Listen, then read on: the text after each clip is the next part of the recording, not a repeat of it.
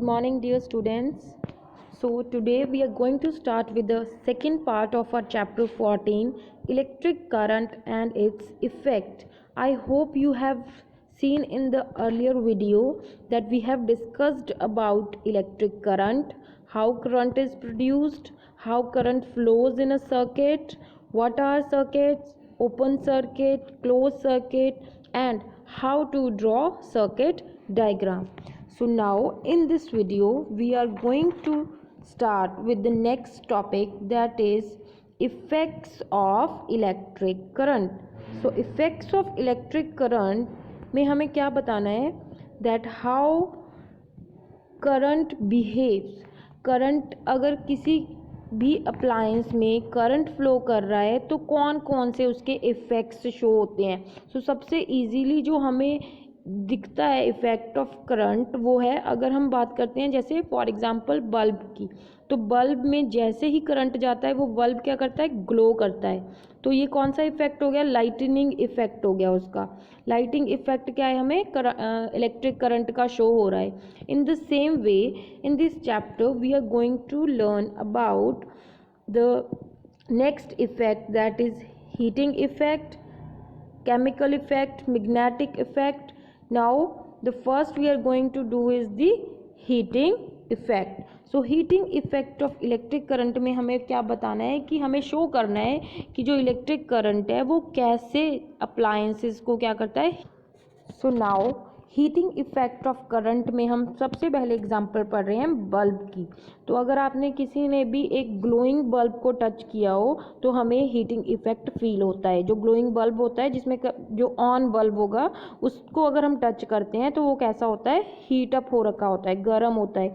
या फिर कितनी देर से अगर एक बल्ब ऑन है आपने उसको ऑफ कर दिया लेकिन फिर भी कुछ टाइम के लिए वो क्या रहता है, हीट अप रहता है. आप उसको टच करके उसकी जो हीटिंग इफेक्ट है उसमें उसको फील कर सकते हो. तो अब हम पढ़ेंगे बल्ब में कौन कौन से उसके पार्ट्स होते हैं और कैसे वो उस वर्क करता है.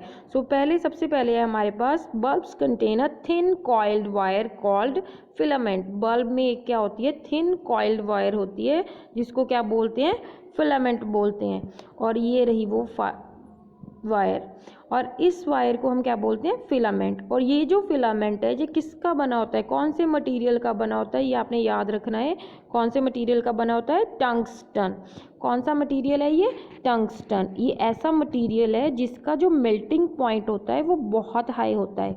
मेल्टिंग पॉइंट हाई होने का क्या मतलब है कि वो जल्दी से मेल्ट नहीं करेगा. अगर वो जल्दी से मेल्ट नहीं करेगा तो बल्ब क्या करता रहेगा, ग्लो कर सकता है. अगर हम कोई ऐसा मटेरियल ले लेंगे जिसका मेल्टिंग पॉइंट कम होगा, वो गर्म होते ही मेल्ट हो जाएगा और जो हमारा बल्ब है वो क्या हो जाएगा, ख़राब हो जाएगा. तो हमें कौन सा मटेरियल यूज़ करते हैं बल्ब में, टंगस्टन. टंगस्टन क्यों यूज़ करते हैं, because it has highest melting point of all metal and it is a good conductor of electricity. So our next topic is fuse. Fuse is basically a safety device. Fuse क्या है, एक safety device है जो हम अपने houses में use करते हैं to protect our electrical appliances. वो सारे अप्लायंसेस जो इलेक्ट्रिसिटी के साथ चलते हैं जैसे बल्ब, आयरन, रेफ्रिजरेटर, गीज़र्स, जितने भी इलेक्ट्रिकल अप्लायंसेस है अगर उनको प्रोटेक्ट करने के लिए हम क्या यूज़ करते हैं, फ्यूज़.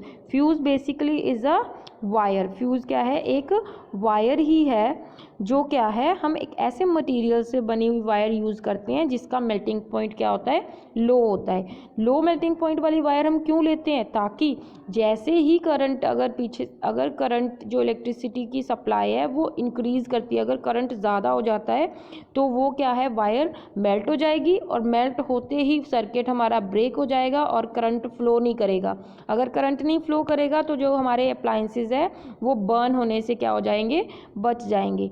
तो fuse helps in the protecting the electrical appliances. तो फ्यूज़ किस में हेल्प करता है, हमारे इलेक्ट्रिकल अप्लायंसेस को प्रोटेक्ट करने में.